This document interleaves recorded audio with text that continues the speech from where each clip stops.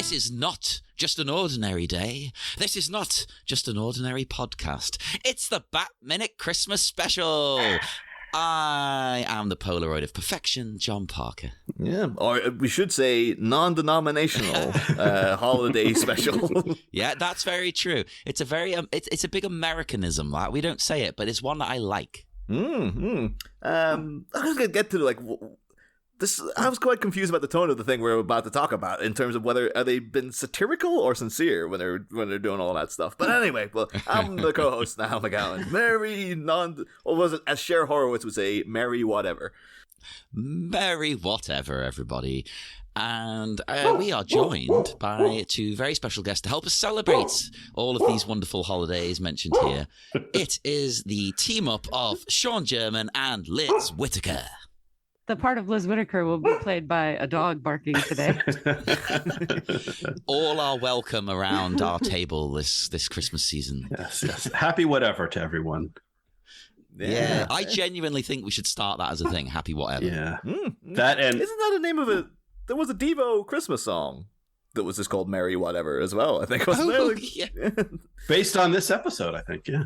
Probably. Yeah, why not? People got the idea. It was Devo's favorite show. Mm-hmm. Yeah. I actually, because most of the Clueless TV show is actually on YouTube, I watched a bunch of episodes after this. And there is actually one where they go to an 80s themed dance, and Murray is dressed up as a guy from Devo. So there you go. There you go. Oh, Well, as you may have guessed from the title of the episode and from what Niall just said, we are talking about the Clueless TV show and their, well, it says a very PC Christmas online, but then in brackets holiday, so I'm not sure. Yeah. What's the accurate name, Niall? I think it should be a very PC holiday, because that would kind of conclude the whole theme of the thing if it was a very PC holiday. Because if you call it very PC Christmas, it's kind of halfway there, you know. But maybe it's just me. Well, unless that's the gag. No, it is. That is the gag. I've just looked it up on IMDb. That is the gag. Oh, well, very PC brackets. Christmas then. I was asked, talking to you two in particular, because I know, Liz, obviously Clueless being classic teen movie, and your very own show was on a classic teen movie, so who better to come in and talk about? Not Clueless the movie, but it's fondly remembered and then quickly realized, oh god, no, TV show. I was also once a classic teen, so there you go. Full of expert opinions. Yeah, and also Sean, you currently, because this is also because Cher Horowitz is, and they get to this from the jump. She is Jewish, and you are currently in your new season of The Next Scene. You're doing Hanukkah specials, so I was like, oh, that'll tie in nicely to what you're currently doing as well. So. Yes, and I plan on regifting this episode as one of my own. Hey, why not? So just be careful with the wrapping paper, because I'm going to need to fold that and tape it back together. I was going to say, this is more Hanukkah related than the episode of television I discussed on Sean's Hanukkah specials. Yeah. This is a leap into it. Obviously, the logic here being that Alicia Silverstone, who was Batgirl, was in the movie of Clueless, and then so now it's like, oh, what could we do that would tie? We already did Jingle All the Way last year that would tie into Batman and Robin. So now we're like, well, what else is there? The Clueless TV Christmas special, I guess. I loved that idea as soon as you approached me with it, because my introduction to the Clueless world as well was this show. Yeah, I think I saw the show before I saw the movie as well. Yeah, that's it. But I don't remember any of it. But I remember I saw it all the time because my sister, who's 5 years older than me, would watch it like every day. Oh, so I saw it. I remember distinctly Rachel Blanchard, because she'd show up in TV later, and I was like, oh, as always, there's TV Cher Horowitz. Rather, much like in the, Peter Scolari showing up, I was like, oh, it's TV's Wayne Zielinski. In the, it's TV's. Yeah. And then the theme tune, which we'll talk about in a minute, is like that properly fused itself into my permanent being. Oh, it's a banger. Yeah, it was one of those things. I hadn't heard it in like 20 years, but as soon as it started, I was just sitting going like, damn, she is literally the Polaroid of perfection. And I know this song. I heard it a million times. So. And I tell you what, the casting is amazing. Like, if you're going for someone who looks very much like Alicia Silverstone. Well, what do you go to, guys? What do you make of Rachel Blanchett? Because I feel really bad for her because she is like, she's been tasked with covering like one of the great teen movie performances of like Alicia Silverstone. We talked ad nauseum last season about how great Alicia Silverstone was in Clueless, and then to be like, okay, so you get to do that, but like you're always going to be compared with this massively high bar. Yeah, she's very flat for me, and she plays Cher in a dumber way. Like Alicia Silverstone plays Cher as like she is intelligent, but just doesn't have a clue about how the real world operates. Because of the amount of privilege she's grown up with. And I feel like Rachel Blanchard plays her as not even intelligent. Barely functioning human. Yeah. But I get the impression that was maybe a studio note, because the whole show in general, from this one episode anyway, seems like I enjoy it, but it's a lot more dumbed down and the characters sweet. are also one-dimensional. There's no way that Murray from the movie doesn't know what to get Dion for Christmas.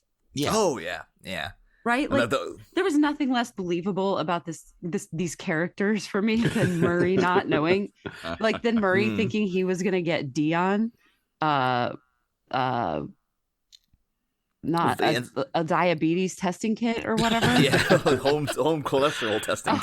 Cholesterol testing kit. And listen, I know, like, perhaps, well, now I'm going to get meta on it. Perhaps that was a dig at Stacey Dash aging, because that is a particular thing that in at least my circle of friends, Black women need to be conscious of as they get older, in particular.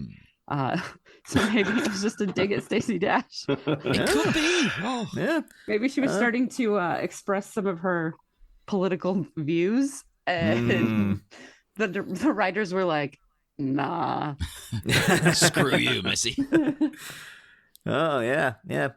Should say though. So basically, the story of how we get here, and the kind of setup of what's going on is, there's a couple of everything's connected in it too, because basically we're watching an adaptation of a movie into a TV show. But Clueless, created by Amy Heckerling, was originally pitched in the early 90s as a TV show. She apparently her thinking was that she was looking at her career and was like, what's the most successful thing I've done? Fast Times at Ridgemont High. What's the thing that everybody loves in that? It's Spicoli, the Sean Penn character. And she surmised that people like him not because he's a stoner, but because he's so positive. Okay. And her idea was, I'm going to make a teen TV show not about the losers, because there's enough of that, but about like the people who actually have it going good for themselves, and they're just really upbeat and happy about everything. You're making it sound awful and like I want to punch all these people. Well, that's the thing. So then her inspiration was, she's like, well, what characters are like that? Emma from Jane Austen's Emma, which is why Clueless, the movie, is basically an adaptation of Emma. And they never have to say that because it's in public domain, and you can just go, you don't even, if you look in the end credits, it never mentions that once, but everybody saw it was like, that's that book from years ago. And also the character of Gidget, who was a kind of beach bum surfer girl, who was originally in a movie played by Sandra Dee, and then that was adapted into TV, and that's what launched Sally Field. But notably, in the movie of Gidget, it also features one Yvonne Craig, who was the original Batgirl. So everything's connected. There's a Christmas one for you. And from that, then, so you got Clueless, the TV show, or the movie. It just gets reworked into a movie, and then from that, massive success, but almost too successful for Alicia Silverstone. She's out, but most of the other cast come back for it.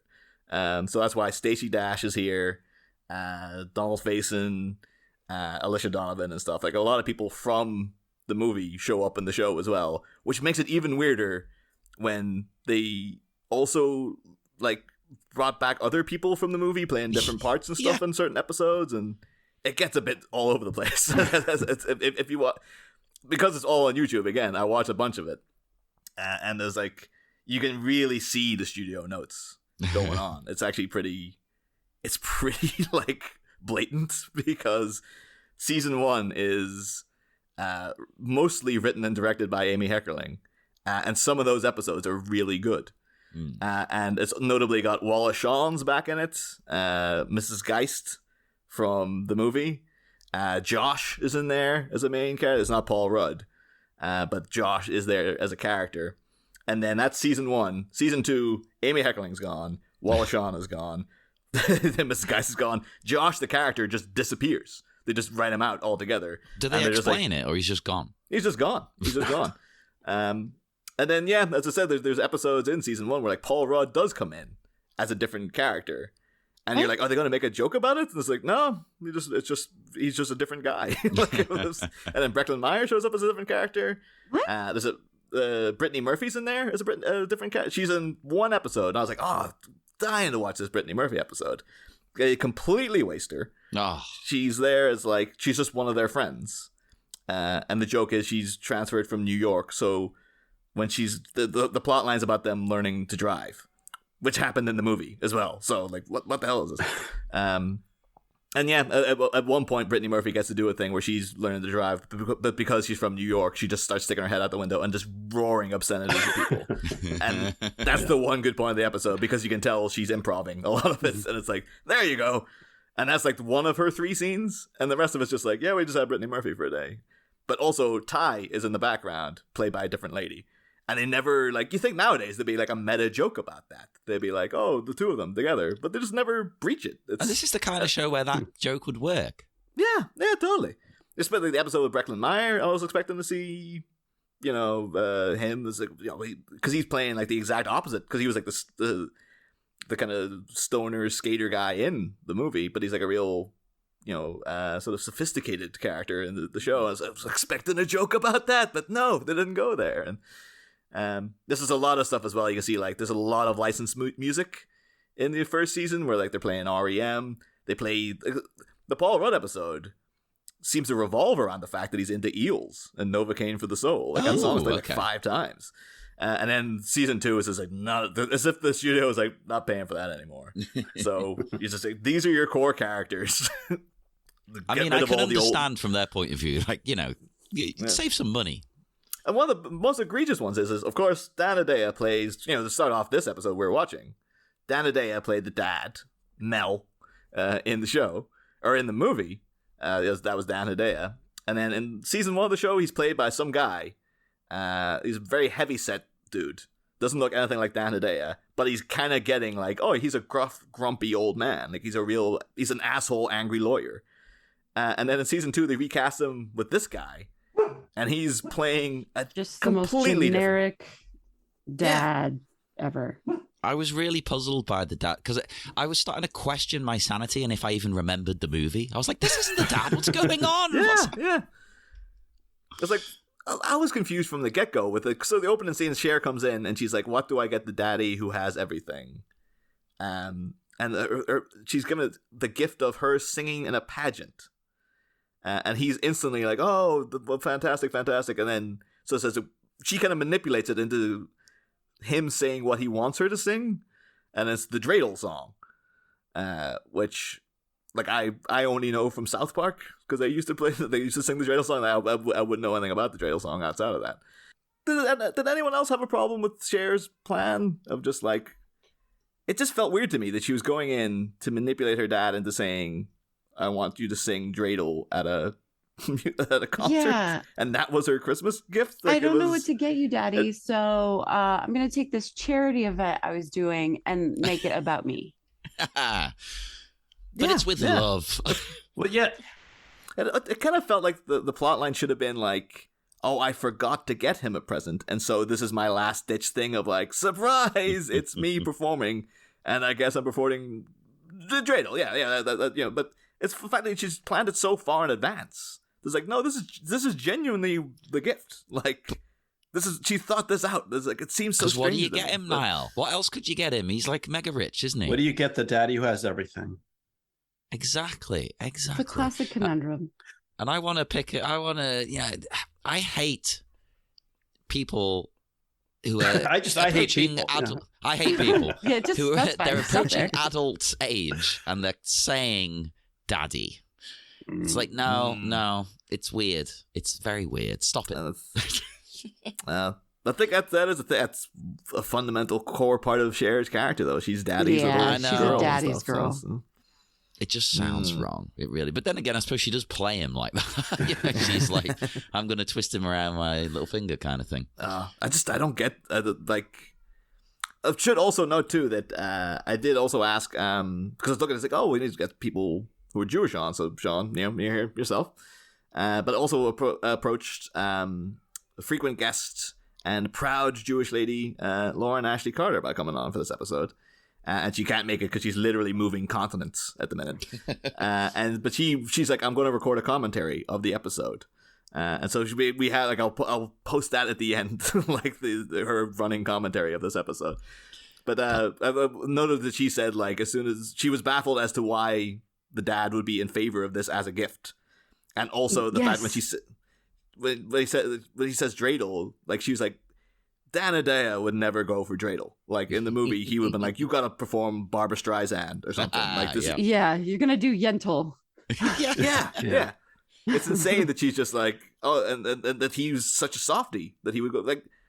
Mel, even their dad in the first season would be like, yeah, that's stupid. Like, you can't go up and sing a children's song. What the hell's the matter with you? Like, he would have intervened. But, like, this guy just seems to be like a sap. And if you're going to sing a children's song, you don't actually have to have any vocal talent to sing dreidel. Like, you basically talk dreidel. I had a little dreidel. I made it out of clay. And when it's dry and ready, the dreidel I shall play. Oh, dreidel, dreidel, dreidel. Listen. Like, hey, bravo! You have to try to sound like a monster with that song. Well, also, he's that much of a pushover, right? Obviously, I think always family come first, especially over work. But the way this character, who's, so successful and so rich, at first he can't make it because he's closing a deal, which is lame. But he backs down in about 5 seconds and goes, okay. Yeah. Also does not feel like it does not feel like a thing Danadea would have done in the movie too. He'd be like, no, I'm not going to show. What the hell? You're crazy. Like, she'd have to really, really manipulate him into doing it instead of the sort of mild manipulation that she's doing here. Right. Well, and the voiceover in that moment that we kind of hear Cher's thoughts where she seems to think like she's laid out this elaborate trap that's going to bend him to her will without him knowing, she's going to inception him. So he's going to think it was his idea to go to the pageant. But it's like, well, she doesn't really do anything. She just, gives him the, guilt trips him. Yeah. She just, gives him the tickets as a present. And then, it's like, oh, okay. That's really sad that you can't make it. I was going to perform for you. And then he's like, oh, okay. Then I guess then I'll get one of the less whatever, one of the parents who are less successful, basically. She's basically like, you're just so successful, Daddy. Yeah. I think it feels like maybe this was rewritten. Like, again, that feels like she's like, I forgot to get him a present. Or like, this present I got him got like canceled on the way here, so I've got nothing for him. Mm-hmm. She would come in and go, my gift is I'm going to sing in this pageant, knowing, he won't be able to make that because he's going to New York for the Diller deal. And then they'd be like, I can't make it. And she'd be like, I'm so sad, Daddy. And then, like, inside being like, I got away with it. And then him going like, nah, Diller Schmiller. And then her being like, the rest of the episode would be her going like, oh, Christ, I actually have to do this now. So that's a better show. That's a better show than what we got. Then we don't get the, like, her not having any clue that she's bad at singing. Like, that was so... Yeah, the dramatic tension is at her expense because she doesn't realize how poorly she sings the song. That is a children's song that, like you said, she could just sing. So yeah, it's kind of mean spirited that it's the tension is at the expense of the main character, whereas the plot you described, Niall, where she was hoping. She was planning on him not being able to make it because of the business trip, and then suddenly she's got to scramble and come up with an act because he decided to cancel. Then it's, that's more of a classical sitcom trope. Well, another thing about the Cher character from the film, it's kind of the clueless aspect to it, is that yeah, she's not stupid or simple. She's just kind of had a sheltered life. But and part of that is like she's very prepared. She's it's kind of like a Legally Blonde, where what she decides to work on, maybe not the things that others prioritize, but we see like her her wardrobe is very organized, and when she's planning a date, she's got to design the lighting concept and everything. So she is a planner. She is organized. She can think things through.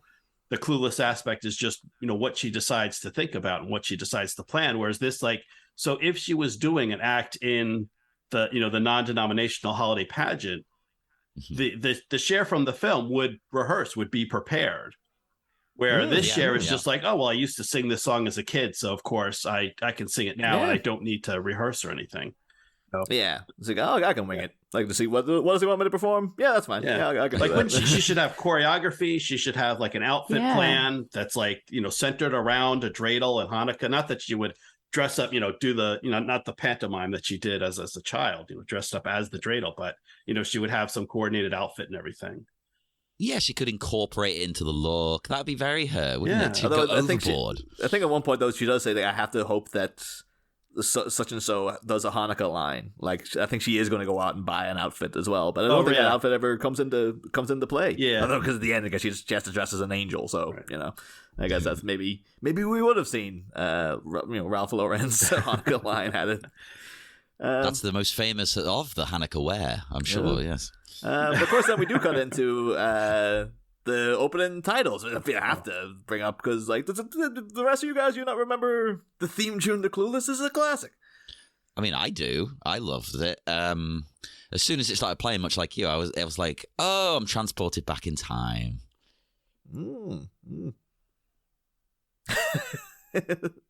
I'm gathering no one else. Just silence. Yeah, no. I didn't say in the group chat that, like, oh, the theme tune buys it a lot of points, right? And then just seeing, like, left on red by both Liz and Sean. I genuinely I would listen to this band, whoever they are.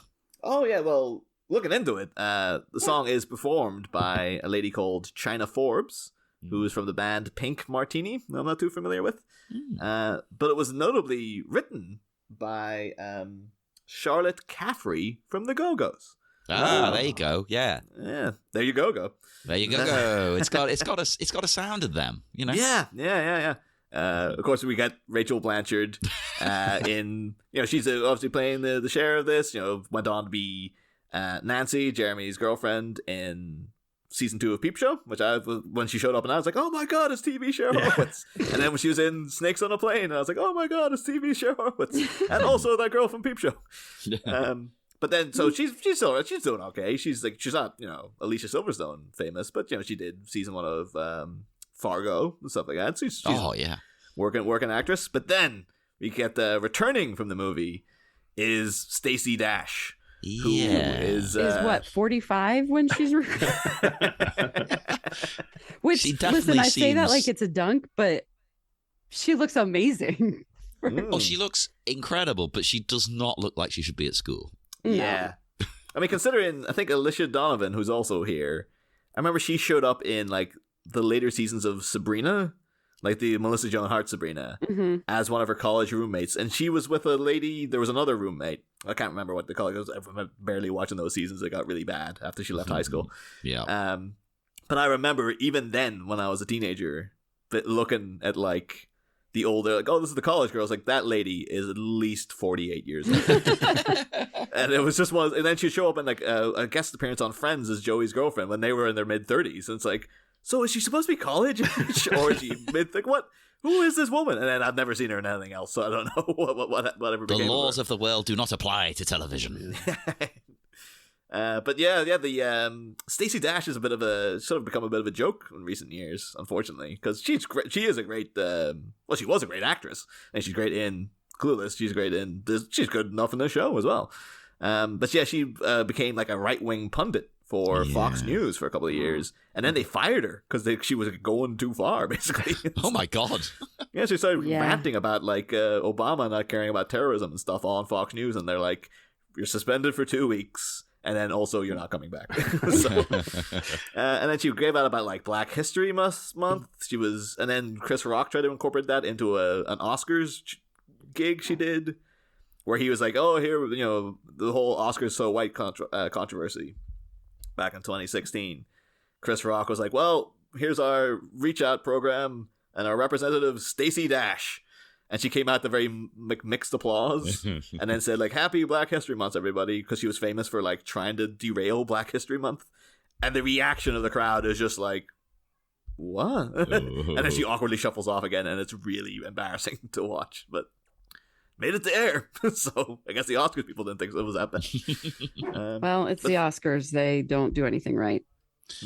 But since then, she's been like, she was a real staunch supporter of Trump, all this kind of stuff. And apparently now she's come out and like in the last year and said like, "Yeah, I apologize for all of that. That's not who I am anymore.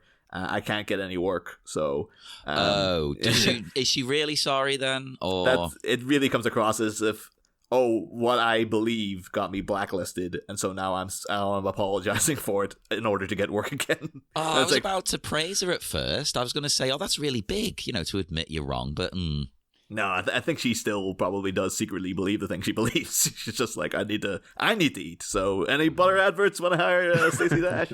Now we sound like hypocrites, because we were like, people have to eat.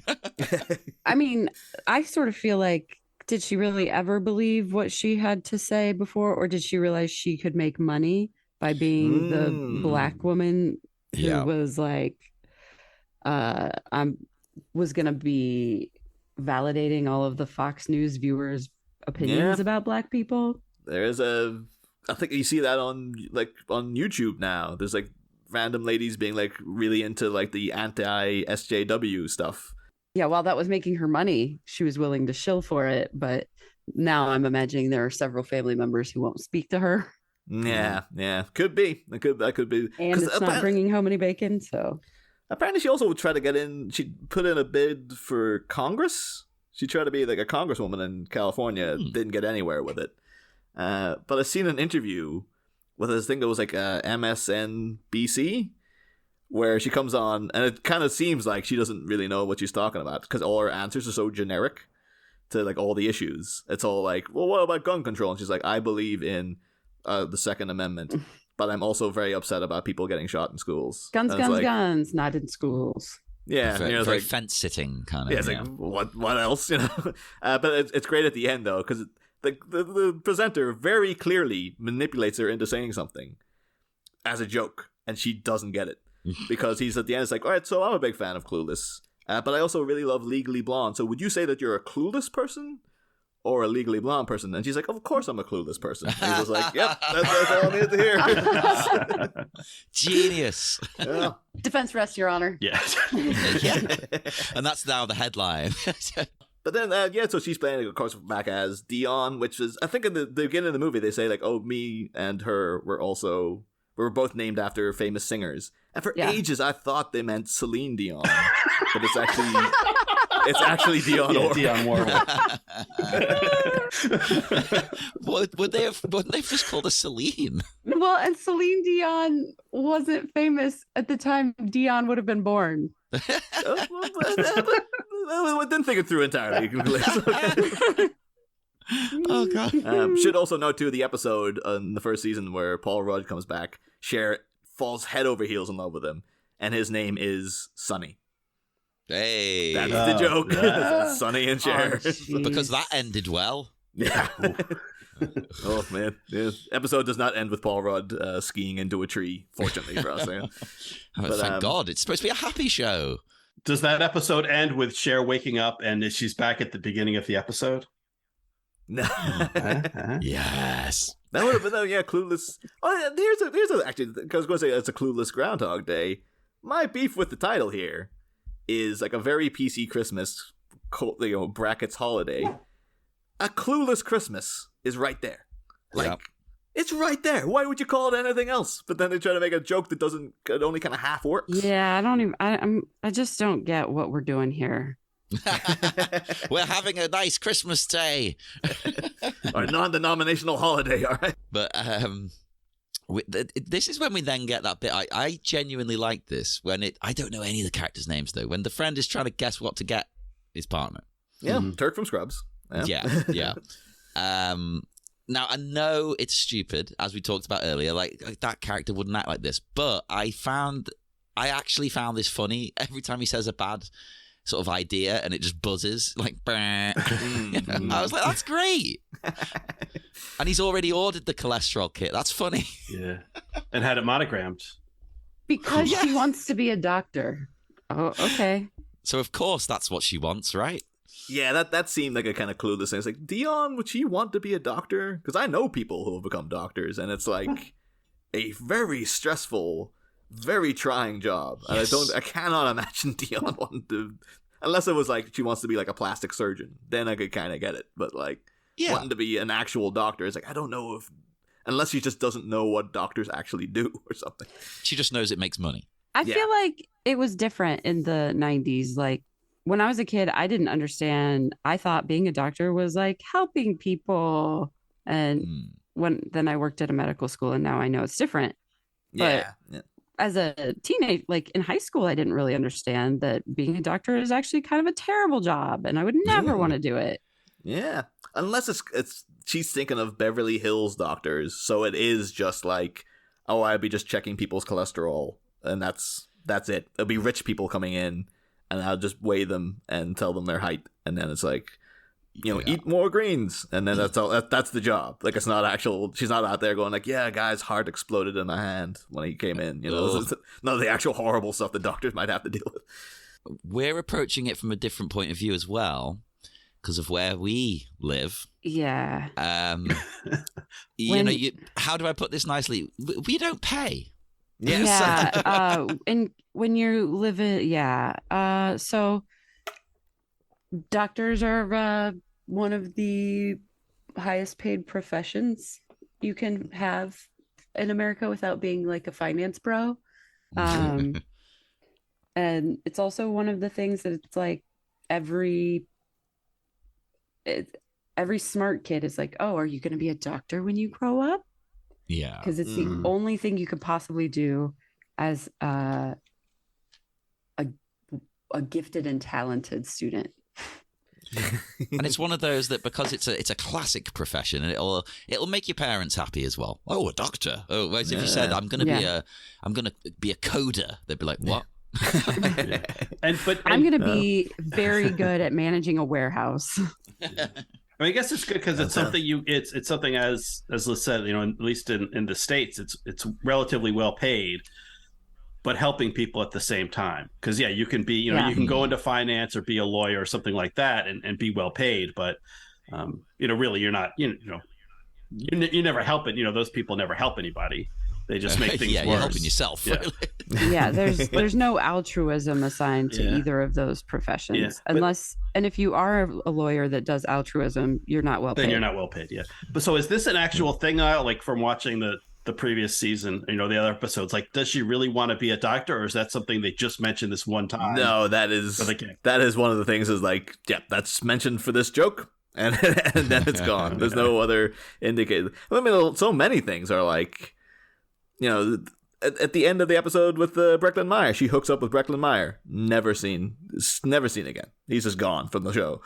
So I don't think it has a lot of worries about continuity. I think it's just like, her dad's he's literally a different man in every possible way now. Deal with it, that kind of thing. Hey, it's a hit it and quit it mentality to TV show writing. Yeah. Let's just say when Murray here, Donald Faison, of course, as everyone now kind of knows him, Turk from Scrubs, he saunters up the first very glaring outfit of the episode in an episode full of glaring outfits. Oh, all the clothes are beautiful. I love them. I love ridiculous 90s fashion. Yeah. And I'm loving it. He's Christmas themed. I think every time I see him, he's always in red and green. Yeah, so it's like, nice. Yeah. Murray loves the theme. And I like that about him. I support this. I like to do that. He is also a guy too, though. If you told me he was 35, I'd be like, yep. Oh yeah. I'm a bit like, is he supposed to be? But I think that was even true in the movie, where it was just like, are you sure this guy is like 16? Yeah. I'm waiting to see Stockard Channing go walking by in the hallway. But I had a question about Murray, and I kind of want to get you folks, your impression if this was a good thing or a bad thing. I got the impression like Donald Faison, like he thinks he's in the movie. Like he's giving like, full Hollywood feature film level performance. And I feel like everyone else, even Stacey Dash, who was in the film, like everyone else is giving TV sitcom level. Like he is, and it kind of took me out of it. It kind of bothered me. Like he's like overdoing it, but in a way it's, he's too good for this show. Did that so was that, did it distract you? Was that a good thing or a bad thing? Or did you not notice that the way I did? In some ways it is a bad thing, I think, because it stands out too much. Like, but then what do you do? Well, yeah. Like, oh, I'm going to act worse? Like, what's the solution? Yeah. I mean, it didn't stick out to me personally, but at the same time, it's going to be like, even if he was like, maybe it's the attitude of just like, I'm going to give it 110%, because even if the show is bad, if they see me, like, oh, that guy was trying, at least. Like, he was really making the effort. I'll get that job in Scrubs. Yeah, totally. And I don't know. And to be fair, he was the best thing in that show. And it's been a long time since I've seen the film, so that may just be, maybe that's the character, from the film, and he's just being consistent. But yeah, he like stood out as someone who is, he's giving it his all, and everyone else is like, we're going to do one of these every week. We do 20 of these a year, so pace yourself, Sonny. Which I guess is good for him for like his highlight reel, but then it makes everyone else, at least for me, it made everyone else look kind of flat. Screw them all. They don't matter. Although speaking of Scrubs, I did also, just from doing minor research, found out something I didn't know, that apparently Zach Braff auditioned for the movie for the Paul Rudd character, Josh. Oh. And I can see that. Yeah. Well, it was him and Ben Affleck went in together. And it's like, I would never consider those two guys contemporaries, but I guess they are. Like, Zach Braff and Ben Affleck are around this. I just considered Ben Affleck a guy from the 90s, and then Zach Braff's like, oh, that's early 2000s Scrubs, and he was like a kid then. But apparently, they were both going in to audition for Clueless together. So weird. Yeah. How does this other friend of theirs get this job of taking over the pageant from the teacher? That seems like a crazy leap to me. Should they just get another teacher to do it? No, it's a very 90s thing of like the teachers were so tired of all of these like basically their jobs and having to deal with kids and the changing world around them, that often that was like I feel like that was a pretty common like TV trope in the 90s. Like you do it. Like just handing off the school duties to a student. Well, that's a good point, actually, because in Buffy the Vampire Slayer, doesn't Willow end up teaching like the IT class or something? Yeah. But that kind of makes sense in the show, because it's like, oh, she's a very, very gifted student. Yeah, but she's a student. Yeah, but like from seeing other episodes of this is Sean. He was in the movie, but he's like a really minor character, and now he's bumped up to like, you're in Best the opening friend. credits, kids. Yeah. You and Murray, you're like a double act. But he always like the two of them just come across like they're scheming idiots. Like they're just the kind of classic, this idiotic duo up to no good. So the fact that he gets the job, they choose him, and also that he actually seems like he's kind of good at it, was a real like this. We just need this for the episode. Okay, it turns out he's very musically gifted, and he totally could direct this thing if he needed to. Then again, he's doing the conductor hand thing, and he's faking it. He's faking it. Yeah. So this is realistic. This kind of happened to me when I was in high school, and it would have been not the 90s, but like 1989. So you can kind of do the math and figure out how old and decrepit I am. But so I was in drama club in high school, and one year the drama club teacher decided, I think it was like the high school's 75th anniversary or 100th anniversary or something. It was like some milestone year for the school.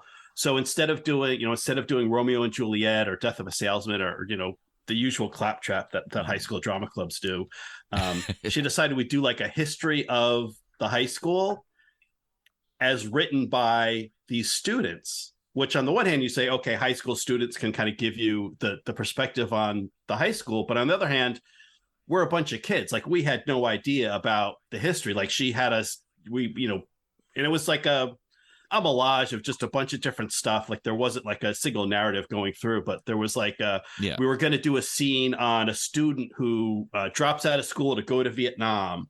And it's like, it's the late 80s. I mean, we know nothing. We've seen Platoon. That's what we know about Vietnam. And she'd keep, she would just kind of sit in the audience and kind of critique, but she kind of left it up to, us, the students, to sort of write and direct and put this thing together. So yeah, this is something that actually happens. Yeah. Like and I could see like as a teacher, just be like, yeah. I'm happy to hear that other people's teachers were like, I remember like my like end of school exams, like my chemistry teacher just sort of came in and drew a bunch of stuff on the blackboard and was just like, that's everything you need to know. And then the rest of the term he didn't teach us anything. And then at the end he was just like, oh, you guys all, if you've started on your coursework, right? And they're like, no. And he's just like, oh well, you're going to want to do that then. You're supposed to be teaching, man. What the hell are you doing? You've got a week. You're gonna want to get started on that. Yeah, you might want to do that. So I'll also say I was skeptical of this character Sean because the actor's name is also Sean. There's a little bit of a Tony Danza thing. Whenever like the character has as your Sean radar kicked off, you're just like, wait a minute, what's happening here? I always worry that it's just an actor who like can't learn, wouldn't respond if you called him by a different name. So the character's got to have the same name. But they're shouting out. They called him Dan originally or something. Dan. He's just not listening.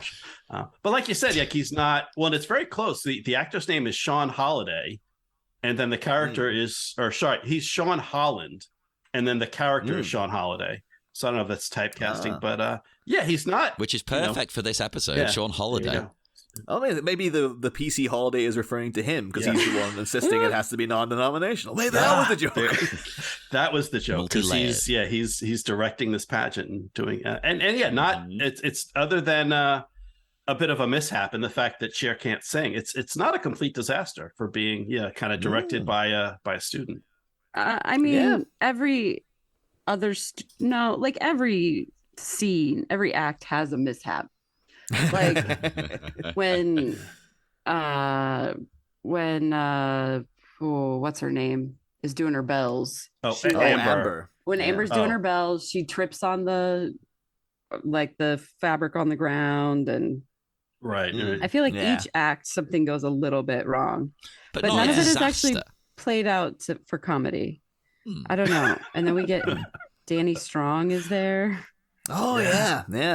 Talking to Buffy, we got I think he pops up a bunch of times. He is just like, the nerdy guy. So he's the nerd that's in love with Cher. Yeah, so then it always go on to be Jonathan from Buffy, and then Doyle from Gilmore Girls. Which is how he's TV's Doyle. And then he went on. He created Dope Sick with Michael Keaton, so everything's connected, I guess. But he's like a big writer director. Yeah, he's like a really success. He's way more successful at writing and directing now. Yeah, Empire. He also like that show Empire. He that was him. He made that as well. So I was like, not Danny Strong. He found his strength, I guess. Hey. Well, plus you mentioning and everything's connected there. There's a bit here where you get a George Clooney gag. About him being in ER, which dates it so much. Nobody even thinks of him as the guy from ER anymore. No, he's definitely Batman. Batman with nipples. Of course, yeah. And you get the Murray pitching his idea is a hologram of George Clooney delivering baby Jesus. To be honest with you, I was like, if you can pull that off, hell yeah, yeah. Like, I'll rather have that and Amber's bell thing.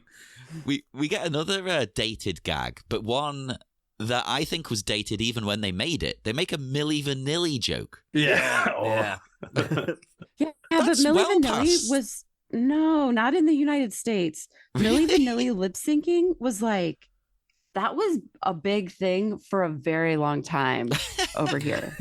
People could not get over it. It was waiting for Ashley Simpson to come along and take away the heat. It was like 15 years, but she finally did it. Yeah. This idea that like every time people started to forget, and then the news would go, by the way, just so everyone remembers. Milli Vanilli happened. Everyone's like, ah! They ruined music, everyone. The drama starts again. There's another bit I absolutely loved genuinely. It made me laugh, which is rare for this episode. But it's when she's got the cake to bribe the teacher. To let her be on the pageant. But obviously it's changed who's in charge of the pageant. So she gives it to her friend Sean. And they're like, why does it say Mrs. Whatever her name is on it? And she's like, it's a typo. Although I remember the character's name because it's Mrs. DeMichael. And every time they said it, I kept thinking they said Sister Michael. And I was like, is this a Derry Girls crossover? That'd be amazing. Another pop reference in there, yeah. But this time it's like 20 years in advance. They knew it was coming. Yeah, it was like, that Derry Girls is actually a spinoff of the TV Clueless. It was about she was a young nun living in Beverly Hills, and then she went back to Derry. Well, no wonder she was so angry. Yeah, people always do call it Ireland's Clueless. I'll call it Ireland's Clueless. Are you trying to ask me if I would say Ireland's a clueless country? Well, I'm not putting words in your mouth now. I mean, come on. Yeah. But yeah, so a shocking twist. Sean is holding strong, no, everyone has to audition. He's taken it very seriously, which again goes against his character in every other episode I've seen him in. But we just need this for the episode, I guess. We cut then to the audition, which is just a sea of glaring 90s fashion. It was a lot to take in. I gotta be honest with you. It's beautiful. Like, I always think in my head, like, the 90s and then the early 2000s. It wasn't that long ago. The fashions aren't that different. And then when you look, you're like, oh my god. Oh yes. Yeah. I mean, there's a girl there in I don't know if it's rhinestone or what you'd call that material, but it's like a sparkly pink T-shirt. Like a very tight, sparkly pink T-shirt with a pink Santa hat. But it's just even like the light is the camera's catching the light on the T-shirt and stuff. It's like, don't have it in the episode for Christ's sake. There's just too much glare going on. But yeah, even Sean himself, he's got a weird he's wearing like a tax visor. And that was like a thing. Was they America were a thing. really I into had taxes? them as a kid. I used to wear those. Yeah. Yeah, that was like a thing in the 90s. It's like, we need a hat. But it's not a hat, Yeah. It doesn't serve any of the functions of a hat. You still gotta be able to. We need you. You need a hat, but you also want to see through the bill. See, I also want to make sure the top of your head gets really, really hot if it's sunny. So we just take away the element of the hat. If it was some sort of detachable thing, it was like a convertible hat. I'd get on board with that. But there you go. That can be how you make your millions now. You create one of these hats, and you do it in conjunction with Gucci. I mean, I tried. Though if Sean Holland then comes out of the woodwork to go I heard that episode. I look up everything about Clueless, particularly the TV show, and I listen to that episode. You got that idea from me, asshole. Hey, if he doesn't capitalize on the idea, though, free markets, baby. As it goes on, I mean, there's a guy with a big purple puffer jacket, but he's wearing a purple Santa hat. There's so many of the velvety satin Joker hats from, remember when he breaks into the art gallery in Batman 89? That kind of French beret, but it's made of silk. It's like so many of those throughout the episode. And to be honest with you, I went to a school that had an enforced uniform, and plus the fashion in Ireland in the 90s was garbage. Absolute garbage. I would have loved if everyone dressed like this at school. It would have made my life so much happier if people got that creative with their clothing, but they never did. I think the problem here, though, Niall, is these are like rich kids. They can afford all the best stuff. They can look cool, Yeah. But this guy likes a hat too. It's like, I'm always trying to get the right size is always a problem. But Murray just has this endless supply of perfectly sized hats to his head and stuff, and they're all different color coded. Rich assholes, man. I love the lyrics to the song as well. It's just awful in the best way. Happy holidays, Christian, Muslim, Jew. We're bringing the world together. It's a sweet message, but it's just like, oh god, has it got to be this cheesy, corny?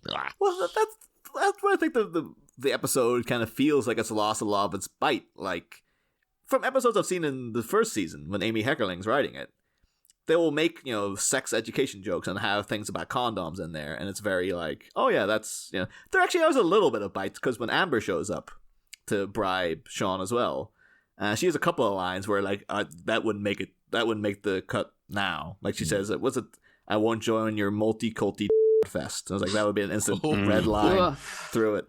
And then I think Dion says something to her and she goes, ho, ho, ho. Oh, that was a good line, though. Yeah, I like that one. Yeah.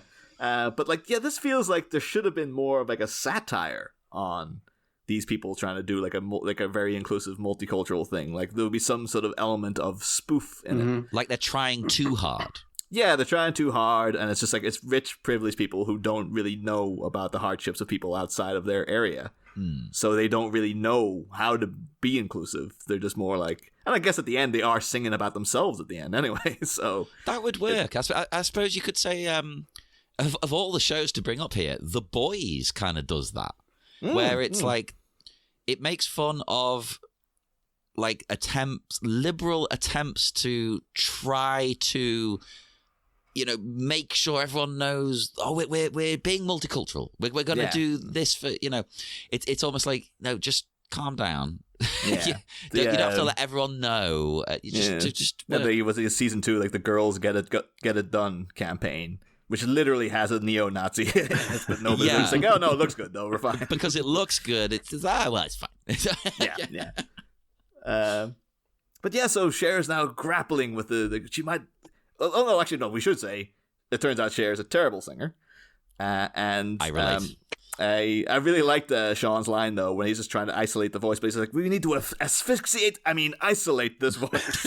I thought that was a good line. See, there's a few good gags in this. I'm surprised. Yeah. No, it was I think the start of the episode actually holds up quite well for me. It's only at the end when it gets into like I don't know. I think it lost a bit of its wit by the end. But and then a major problem we'll get to when we get to it, where I was like, do you guys understand Clueless? Like there was a bit of a, I don't think you kind of get what you're going for here. So Cher's now heartbroken that she might have to, tell Daddy she can't perform dreidel. No. Truly first world problems, the TV show.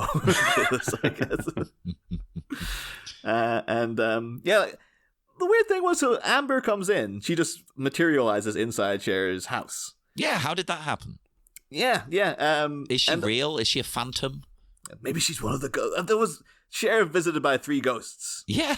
That's a better episode right there. But each one looks like a different, friend. I know this isn't really a friend, but like a different person from a school. A frenemy, yeah, that's the best way of putting it. Well, it's another one of these. I always call it a Bart Nelson relationship. Whereas in The Simpsons, Nelson Muntz is a bully who always beats up Bart Simpson, except for the episodes where they need him to be friends, and then they're inexplicably just friends. Episodes of season 1, Amber and Cher are the best of friends. They're instead of it being Dion, Cher, and Ty, it's Dion, Cher, and Amber. And it's just like, she's given her genuine good advice. She's actually been a friend to her. And then other episodes, no, Amber is this manipulative asshole who wants nothing, is vindictively jealous of Cher and stuff like that. So maybe that's a reflection of real life. Maybe there are people who you think they're your friend, but they're actually secretly plotting against you. That's a very paranoid way of thinking. Plotting again. I thought you were just going to say secretly, they don't like you that much. That's fine, but plotting against you now. Who's hurt you? Yeah. On the surface, they're their podcast, your podcast co-host, but behind the scenes, the machinations. I've been plotting Niall's downfall all this time as I'm playing the long con. There's John going about your business in the house, and just me appearing like, hey, how'd you get inside here? Oh, it doesn't matter. You know what it is? It probably, if I want to be boring and give a boring answer, it's probably just she turned up at the door and the family, like her dad was like, oh, that's her friend from school. I'll let her in. Yeah. He wouldn't question it, would he? Yeah. Oh, no, I could imagine being Amber, the dad probably isn't even there. There might be like a maid around, and Amber's just that bossy. She just barked her way in and was just like, yeah, no, of course I should be here. You're not going to tell me what to do. You're the help. And just, stormed on past and stuff. But I just like leaving it a mystery. It's because it kind of becomes a recurring joke because Dion shows up when Cher's taking a shower and she's like, why the hell does everyone just keep showing up in my house? What the hell's going on? Especially if you're taking a shower. That's like number 1 rule. Like, don't let friends in when you're in the shower. Yeah. But then also there's a lot of stuff going on in that bathroom. She has a TV in that bathroom. Like, you can't have that. Like, it's the steam's going to get in the electronics, Cher. Are you crazy? Yeah, and let me tell you, right, for a period, because I used to have a shower speaker, so I could listen to podcasts in the shower. That's how pathetic I am. And it broke. So I decided, well, it's okay. I can just bring the phone and, sit it on top of the toilet instead. I was like, it'll be fine. No, the steam did a number on it. It wouldn't charge anymore, all sorts. I don't think I personally, though, John, I have a shower speaker and I use it to listen to podcasts. That's not a lose. That's what normal people do. Nah, we're losers, admit it. I just put my phone in a mug, a ceramic mug. See, that's probably a safer approach than just having it out there to take all the steam. At least you got to upgrade to the speaker. Like, it'll change your life. They're incredible. It will change your life. Honestly, it was great. I don't know why I haven't replaced it. It was cheap. Yeah, I think the one I have is it's like 2 years old. It was like £15. It's still perfect. It's fantastic. But yeah, so Amber comes in and pitches her that she is going to join up with Cher because Cher has a culture reference that Sean had to clarify for me. She's afraid that she's going to be as embarrassing as Farrah on Letterman, which was a real like.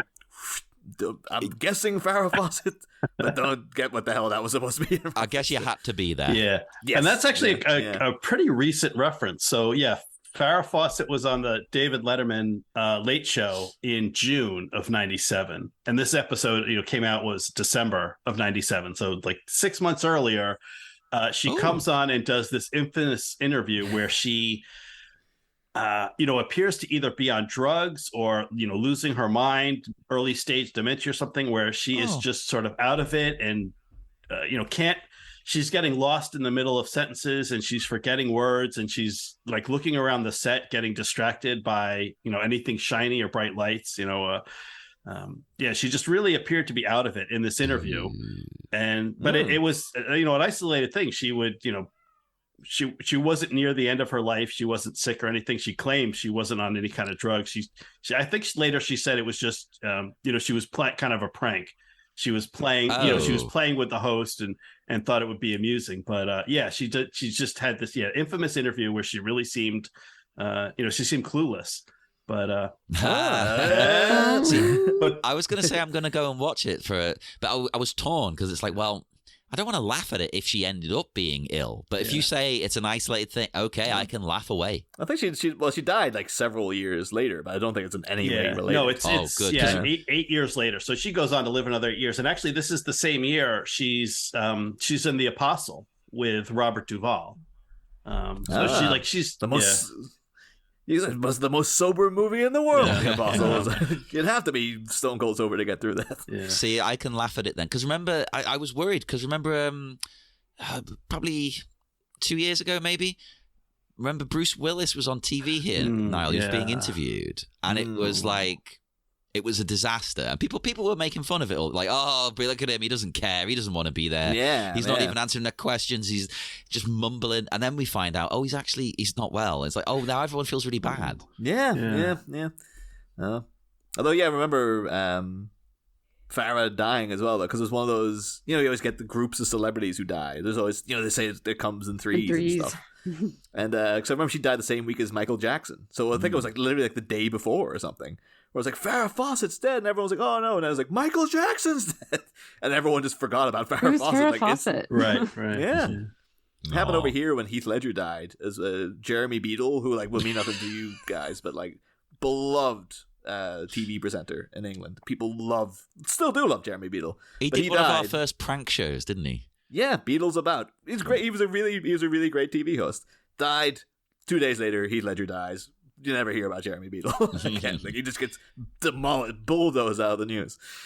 That is weird considering how big he was when we were kids. Yeah, but we should keep the memory of Beadle. Maybe when we cover The Dark Knight, we should just mention facts about Jeremy Beadle every episode as well to put him back in the spotlight.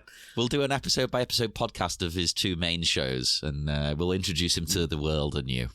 Yeah, Win Beadle's Money. That was another one. The one he did in Channel 5 that nobody watched. Oh, Win Ben Stein's Money. It was exactly the same. I think he just stole the idea from Ben Stein. It was just the same exact program. It's usually the other way around. It's usually Americans stealing our game shows. Yeah. Yeah. But that's a disappointing thing because Amber comes in here and says that she will sue if she doesn't get to be in this pageant, and cites Sybil Shepherd as being an inspiration. And I was like, holy crap, is that true? And I looked it up, and it's not. I was really disappointed to find out that Sybil Shepherd didn't sue her school. I was really expecting that they'd be like, "Oh, that's a random tidbit to know about Sybil Shepherd." And I was wonder like, if it's from the television sitcom Sybil. was starred Sybil Shepherd. Yeah, as Sybil I wonder if that was like a Sybil. storyline from that show. Oh my god, I think you must be right. That's the only explanation. That would be nice if it actually was like, yeah, this exists in the same universe as Sybil. So it's like, that's a story. Maybe there was even a storyline in Sybil that she sued her school or something. Even though she would be like, 40 odd when they made that show. But you could have a flashback to it or something. Yeah, maybe it was like in a flashback. The school, sorry, just remember, because in Sybil, Alicia Witt played her daughter, and apparently she also auditioned for the role of Cher in when they were making Clueless. Oh, I love Alicia Witt, but I couldn't see that. No, I think they really nailed it with Cher when they got Alicia Silverstone. I was like, absolutely perfect. Mm-hmm. But they were like, well, we can't have two Alicias in this. We need one. Apparently also Zoe Deschanel auditioned for Amber. And it's like, I don't see that.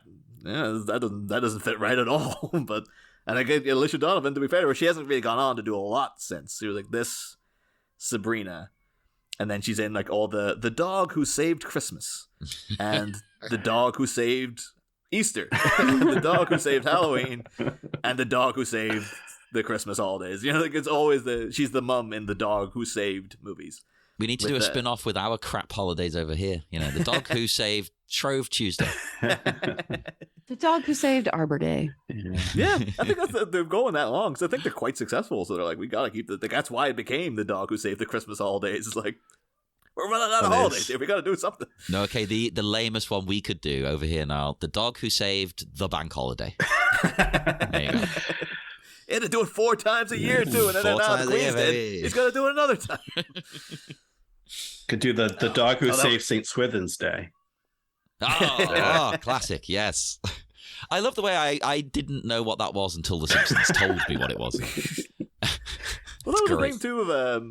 Because the lady who plays Sister Michael, Beverly Archer, I had to look her up. And it's like, yeah, she's the star of Mama's Family. And I was like, I only know that from The Simpsons. Yeah. I just remember one time them mentioning Mama's Family. I was like, oh, that's an actual show. Oh, okay. Well, when you mentioned suing the school, one thing you can't sue them for because it's perfection. I loved this. The David Schwimmer Auditorium. Oh, yeah. I also don't understand in the context. Is that a plot in the show? Because how has that come to be? That seems like an art department just fun time. Is it meant to be, though, that David Schwimmer, maybe he went there, so he's donated money to the school?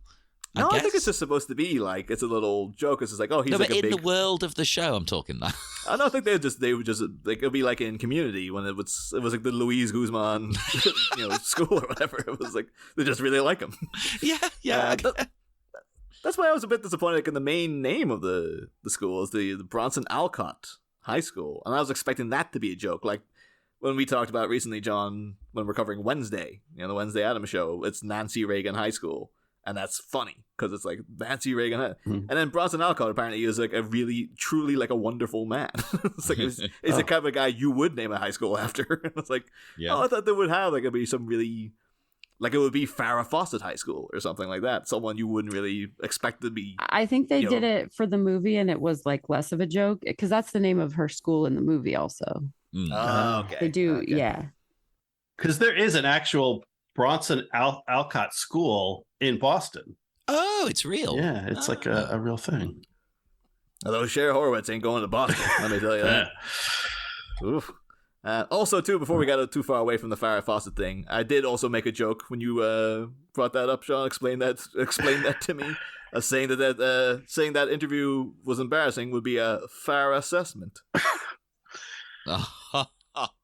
You got to edit in the cricket sounds here. Yeah. That's amazing. Edit in the roaring applause is what I'm editing. It was terrible, but I love terrible. In fact, Sean, you're a fan of the terrible joke. I bet that was right up your alley. I am. I must admit.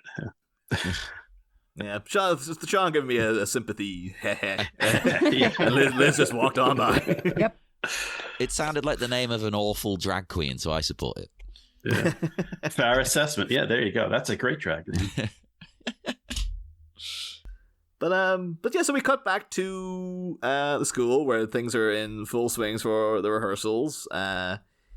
Sister Michael, of all the bad outfits in this, hers is easily like this. The red and white striped shirt with the green dress is like it's Christmassy. I get that, but god damn, is that an eyesore? Like holy crap. Well, and they're still in rehearsal. Like this isn't like her outfit for, the pageant for the day of. This is just like her everyday walking around, candy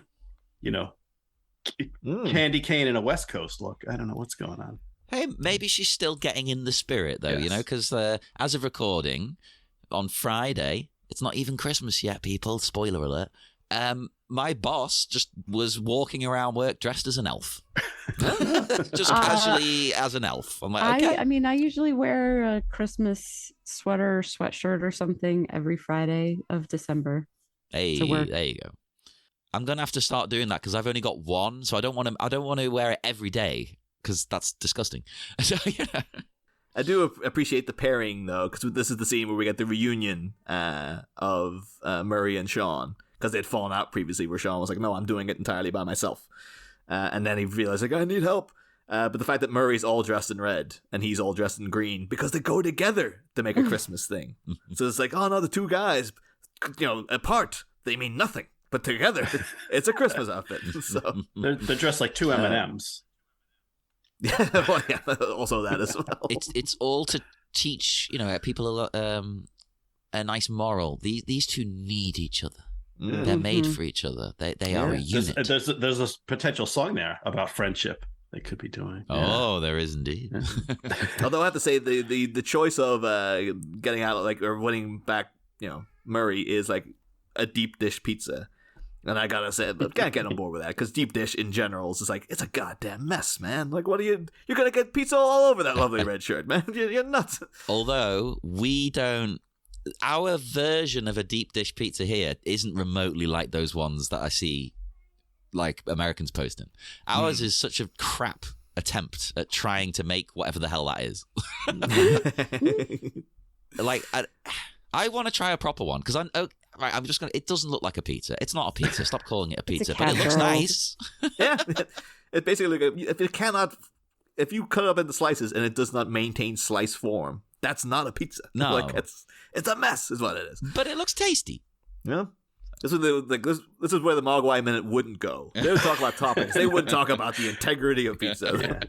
Yeah. No, I really hate to interrupt this very important pizza discussion, but I have breaking news about Bronson Alcott. So in 1830, Alcott married Abby May, and they had 4 daughters, the second of which was Louisa May, who would later go on to write Little Women. Oh, Little Women. Everything's connected. Awesome. Beautiful.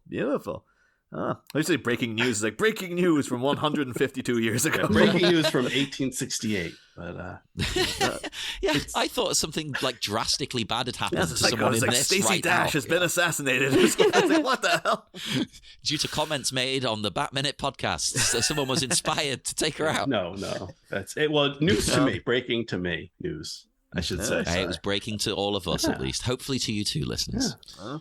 Although I should also mention too, though, talking about before we move off the pizza entirely and talking about Mogwai Minute, I did also know too that Rachel Blanchard is in The Rage Carrie 2, the much maligned sequel to Carrie, which apparently our friend George Hendricks is also in. Wait, what? Yeah, What? he told me this one time. Like I was talking about, I'm watching The Rage Carrie 2, and George came in. And was like, I'm in that. Like he was an extra in it somewhere. He's like, yeah, you watch that. I'm around in the background. It's Amazing. like, what? But yeah, so if people go and bug George Hendricks for more details. But apparently he is in the long forgotten, much maligned sequel to Carrie. And coming soon, he's doing a minute breakdown of the movie. Soon is relative. Sometime after Way to Dune Minute, I think he'll get around to that. That's coming imminently. Yeah, sure. But in so then we do Cher back in the shower singing dreidel, and in one of those things where when you listen to a podcast and you can't someone has an opinion that you disagree with and you're kind of slightly frustrated, you can't say anything back to it, is that in her commentary that she sent, Lauren Ashley Carter refers to Cher's bathrobe as the worst thing she's ever seen. And I was like, I love that bathrobe so much. I'm insanely jealous of that design. I would wear that as a shirt. So it was one of those things like, what the hell?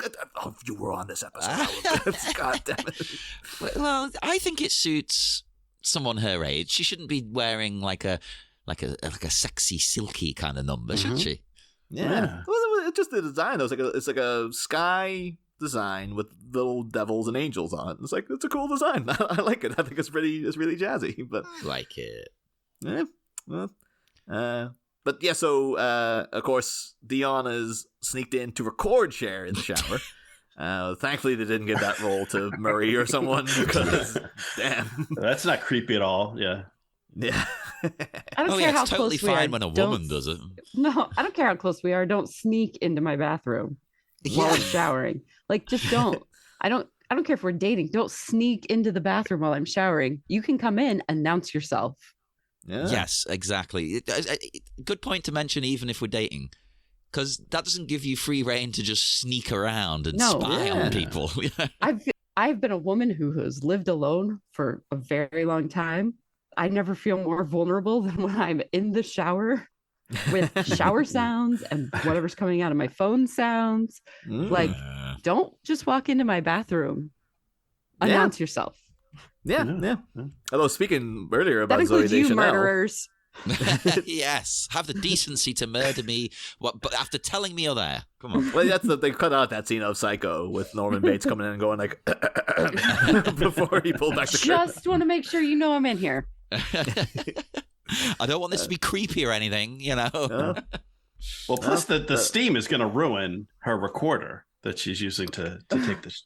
Well, as I've told you with phones, exactly. Yeah. It's going to destroy the thing. As we've learned, Yeah. I know, but she also has a TV in there, a TV VHS combo. And I don't know if Cher has that in there all the time, or if this is Dion's rolled it in like a substitute teacher. Yeah. She's like, because even the fact she went and found the tape, she's like, I had to go into the archives to retrieve this tape of Cher singing when she was like 7, in order to like spring this trap. So like, Dion could have been there for like an hour, and she was like hiding in the closet waiting for Cher to get into the shower, so she could then internally thinking, oh, she'll sing in the shower, and then I can get one level of recording of her, and then have the backup of the TV. So she's more like the pre-planned Cher of the movie, really. Dion. She's kind of got like, oh, that's the level of preparation you would expect. Right. She's got visual aids. She's all ready to It's the level of preparation of an aspiring doctor.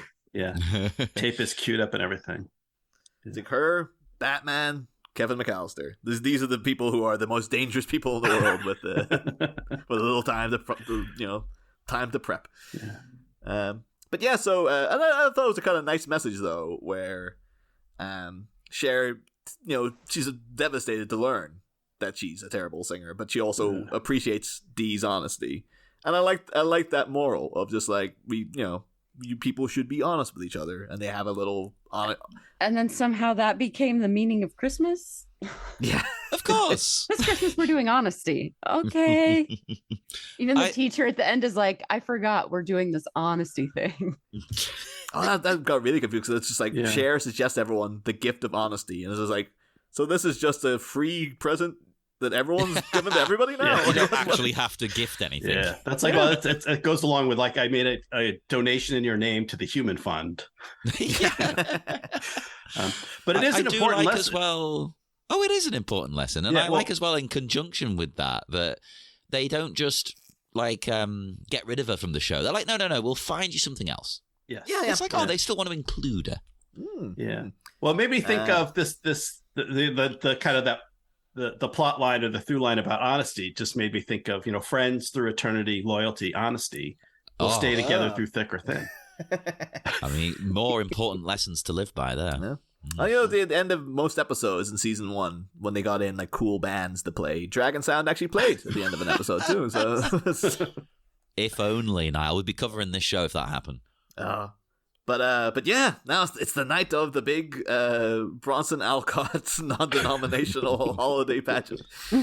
And And yeah, the opening tune is just awful. Wait, the song they're doing? Yeah. Oh, no, I love it. I thought it was great. It sounded like it was a real musical on stage.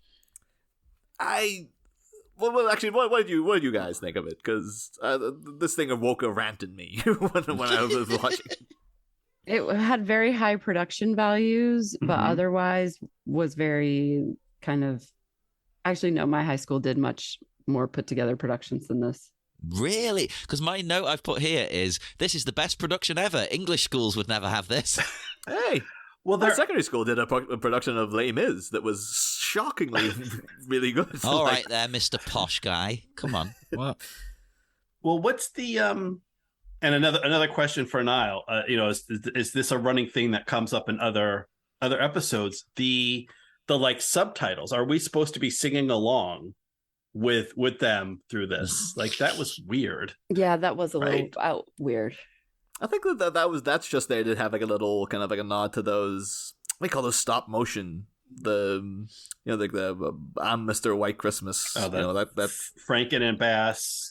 Yeah, because they usually have a little Rudolph like, with the songs. Yeah, that snowman guy, Frosty. That's it. I will say there was use of subtitles during a song in one of the other episodes I watched that was really funny, because the episode is all about Cher getting a bad haircut. Mm-hmm. And as she's walking out, Everybody Hurts starts playing, like the REM song. And you remember in the video for Everybody Hurts, it's like all people sitting around really miserable, and you see their internal thoughts written at the bottom.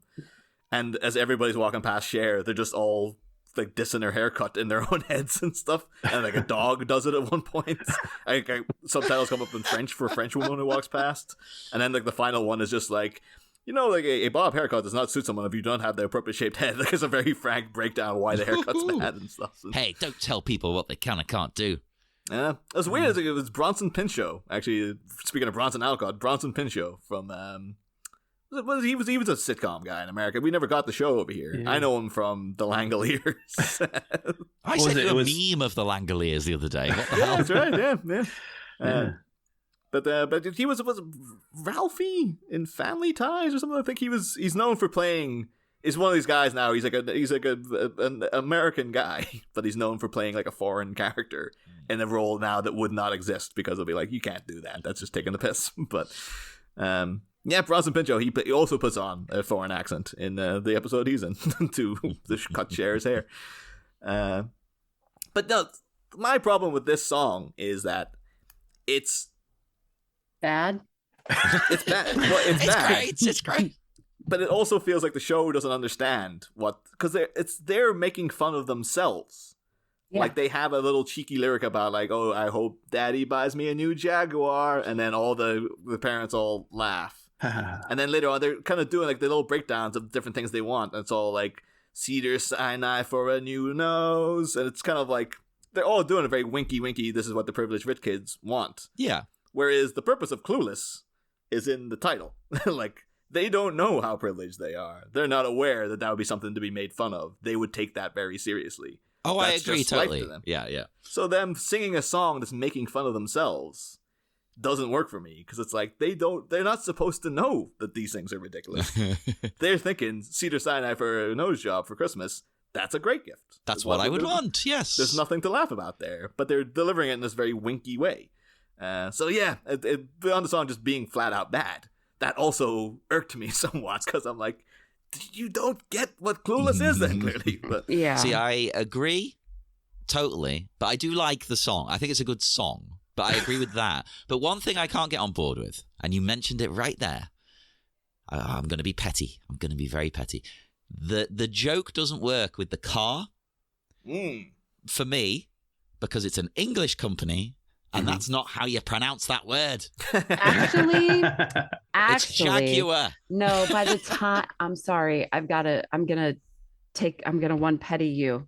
By the time this episode was recorded, Jaguars were no longer made by the Lions Company. They were made by Ford Motor Vehicles. But it still was an That's English an American company.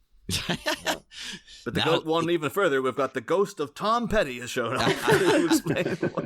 No, it's got to be pronounced properly. I drove I had a a Jaguar in high school. That was my first car because I drove the last one made by the Lions Company, 1985.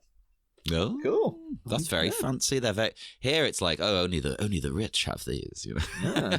Did you ever get a go to Cedar Sinai for a new nose at Christmas, Liz? Or I mean, the car was the same age I was, so that's like, it was. I mean, it was not one of them. I went to school with kids who drove like brand new Audis, and my 1985 Jag was.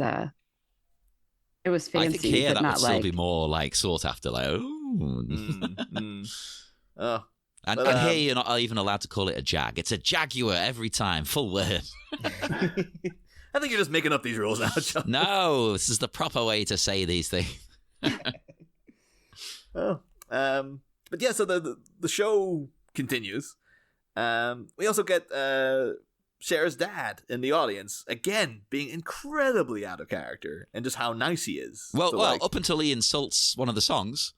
Yeah, but just the woman who's just been kind of an asshole back to him. And he's still like, oh, if you want a hard candy? Like, he's really been nice to this lady. Like, if the joke was, he started off the episode a brusque, really angry Dan Hedaya type. And Cher melted his heart, and now he is just being like Scrooge on Christmas morning. Really uncharacteristically kind to everyone. There's a joke. But it's just that, this is just the character now. He's just this nice guy, I guess. Well, it's like they had a very clearly defined character in the movie and the first season of the show. So yeah, at least we get to see him being a bit rude, though, because I think he's so enamored with his own daughter that no matter what anyone else does, he considers it dreck. Yeah. He's just like, no, it's all garbage because it's not my daughter. Yeah, because we do get the I'm not too sure what you call the song, but it's a sort of Jewish traditional song, I guess, when it's the kind of bat mitzvah kind of thing, holding up the chair and carrying this person around and stuff. Right. I don't know if it's anything to do with Hanukkah specifically, but I don't either. Yeah, I don't know. I'm supposed to be the expert. Yeah, I don't know if that's necessarily. Yeah, that isn't really a Hanukkah tradition to carry people around like that. Yeah, it's more associated with bar mitzvahs and like weddings. You know, weddings. you carry the couple around on chairs. Yeah, like that. I love that. I love seeing it in like movies and stuff. I'm like, oh, I wish I want that in my life, but I can't steal it. That's appropriating. Yeah. Well, you can convert like Tim Watley. You can convert for the dancing. I convert solely because I want to be carried on a chair. It did once. It's like, okay, I'm out. Did also note that in her commentary, Lauren Ashley Carter does note that she was outraged by all this and said like it comes across like a bunch of goys writing to be Jewish. Mm-hmm. And then when she saw in the credits written by Wendy and Amy Engelberg, she was like, oh, God, no. No. Somehow they've messed it up. Yes. So again, though, this season of it feels so much more studio noted. So it could be that they were just told, like, this is what the jokes are and stuff. Like, no, I totally got that same impression, yeah, because to me, not being Jewish, it still felt like they were really going, she's Jewish, right? Right? Get it? But they didn't actually, like, the jokes weren't Jewish jokes. Yeah, again, it feels like there's a lot of bite taken out here, like them doing a non-denominational holiday show. It should feel like they'll be throwing in, because I remember early you got kind of hints of like there's going to be a mariachi band showing up, and they all look like they were about 40 as well when they showed up. I thought it was an actual mariachi band, but it's students. So it's like they don't look like students. But I felt there was going to be some sort of like we're making fun of everybody. But it's all just Jewish and Christian traditions. Mm-hmm. There's no mention of they mentioned the other, the other denominations, but they don't feature. And even all the kind of the Jewish and Christian stuff is just like, it's just there. There's no sort of, I guess they are trying to be very PC. It's like, we're not making fun of anybody. Like it feels like it should be satirical in some way. Like an equal-footed, everyone's getting made fun of kind of thing. But they don't do any of that. Like, it turns out to be quite a boring Christmas pageant where they're making fun of themselves for being privileged, even though it's called Clueless because they don't know how privileged they are. But anyway, Santa rap at the end there. Oh, the rap. I love it. Yeah. And Cher then descends from the heavens like an angel. and because we have to end on like a pratfall, Danny Strong isn't strong enough to hold her. And she goes, and Cher takes it very, considering how like, worried she was about being not able to sing, even though you hear in that friggin' pageant where they're all singing like Cedar Sinai for a new now. Yeah, none of them can sing. Yeah. And so, but when she goes down, she actually takes it really, really well. Like, I thought that was going to be like I'm so embarrassed and run off. Much like we didn't mention Amber's act, which was she's able to make bells ring in different ways or something. Like, yeah. No, you don't know what handbells are? I mean, I've seen handbells, but I think like the way she's like getting completely different sounds out of them by like, is that an actual thing that can happen? Oh, I have no idea. I don't know. So I assumed it would just be like a ding dong, but she's making it go like ding dong dong dong dong dong. Like she's got like 3 bells, but she's getting the full octave of notes. Yeah, because when she trips, it goes off and stuff. It goes into like a and it's like, would bells even be able to, unless you had a specific bell to make that sound, they wouldn't do it themselves.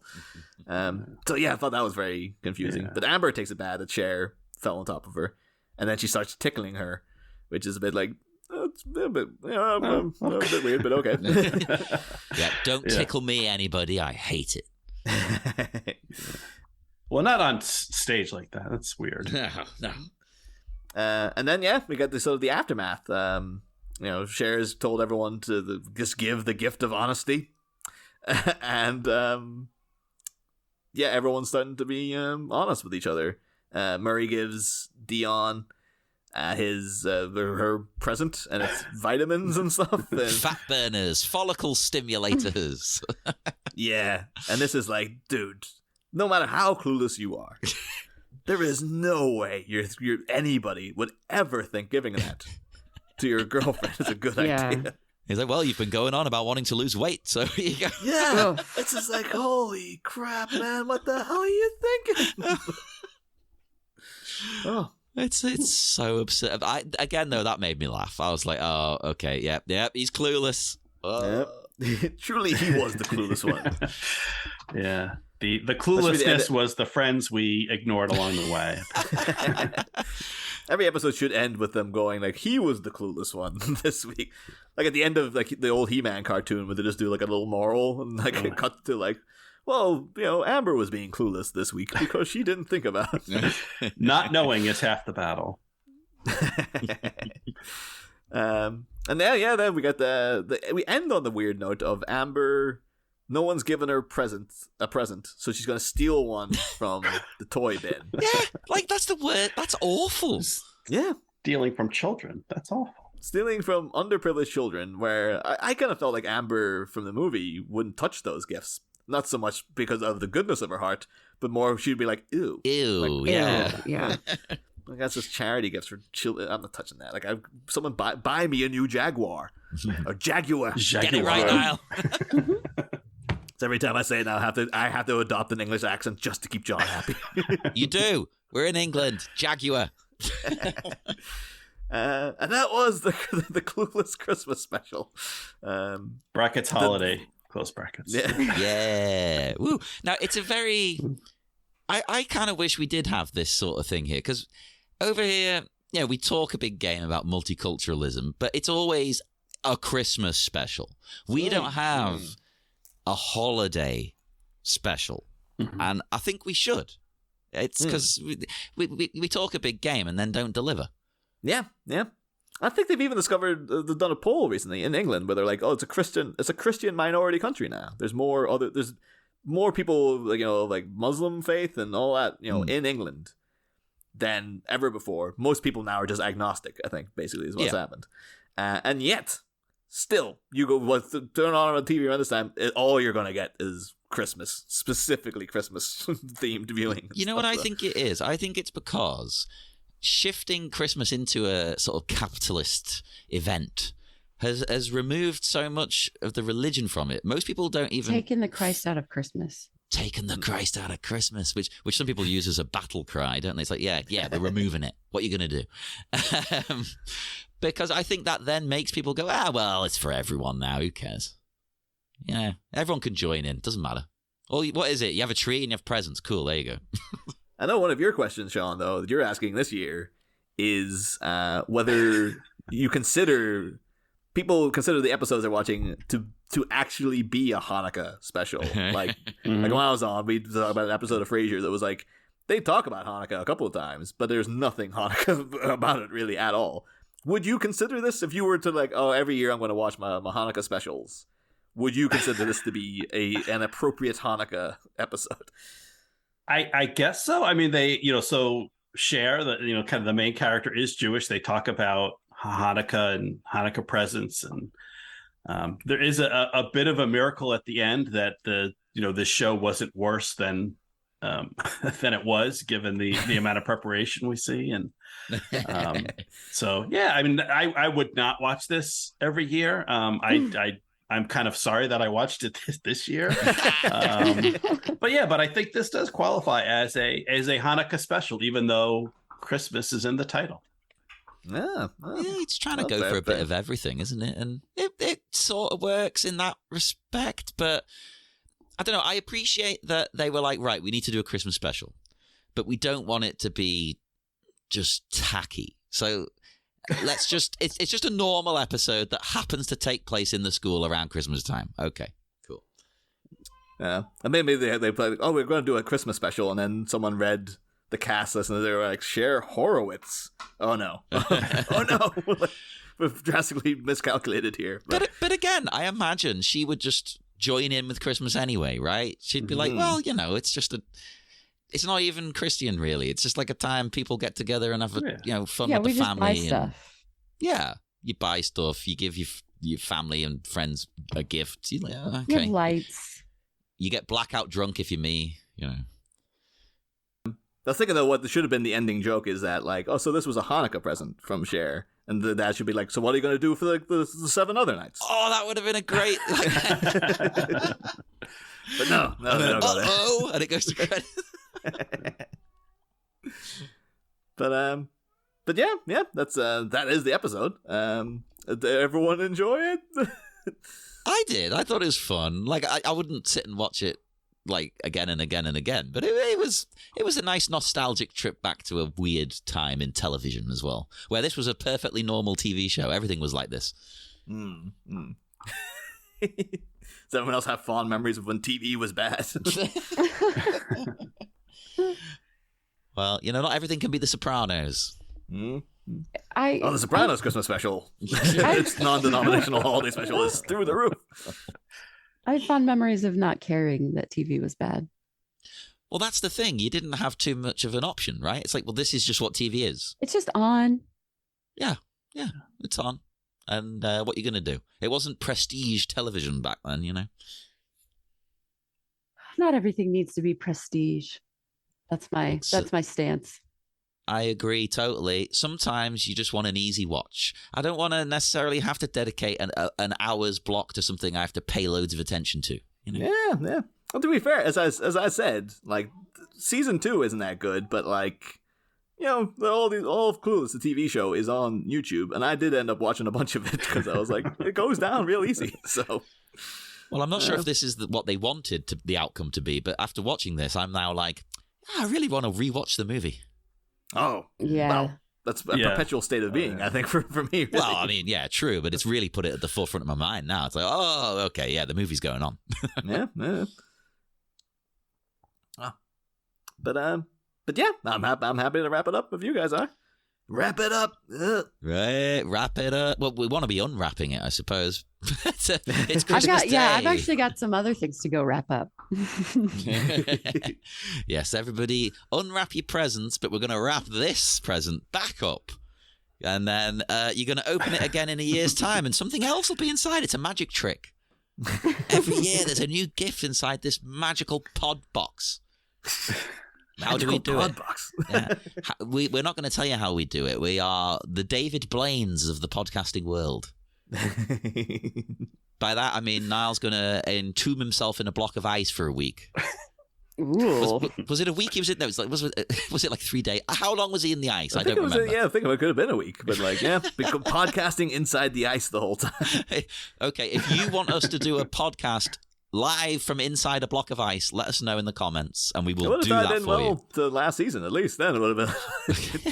I was like, no, you can only be in there for 11 minutes before you die. That was the whole thing. Okay, I know it was a joke, but I promise, if you want us to do an endurance test and record it, we will. I didn't sign up for this. What the hell are you talking about? We'll do the buried alive challenge he did, where he was like under the ground for like 3 days. We'll do that. Why not? And we can live podcast it. And our deteriorating minds. And in the meantime, go and enjoy your Christmas or whatever holiday you're celebrating. I mean, this is Christmas Day, so I assume it's going to be that, but I don't know. Go and celebrate in whatever way you see fit. Would our guests like to promote anything? Have you got anything to plug or just send Christmas messages to people? I don't do anything anymore. Yeah, let Sean do his plugs because. So I've got actual plugs. So as I believe Niall alluded to, I do a program, Next Scene Podcast, where we podcast about stuff one scene at a time, and we do every year we do a holiday special, and for this year we are covering Hanukkah in 8 crazy episodes, where some of the folks on this episode will appear as guests, where we pick not Clueless, but we picked 8 holiday episodes, 8 Hanukkah specials from different TV series, and we cover a different one each night of Hanukkah. So you can find that at nextscenepod.com. And in honor of Hanukkah, me and Niall are going to do 8 episodes of Clueless. Hey, I wouldn't say no. I From season 1. From season 1. No, we're gonna pick the worst season. What's the worst season? Find that, Niall, and we'll do that one. But no, do check that out. Everything Sean does is always wonderful. I'm sure you all know. And Lisa, you said you had nothing to plug. That's fine. Do you have a message for the listeners? A lovely Christmas message, or just screw yourself? I don't know. Yeah, no, I'm not. Oh man, I don't know. Happy whatever. Happy whatever, everybody. Woo! Happy whatever. We out. I'm not even doing our plugs. There's no need. It's our Christmas special. Screw it. Happy whatever, we out. How could there be a better ending?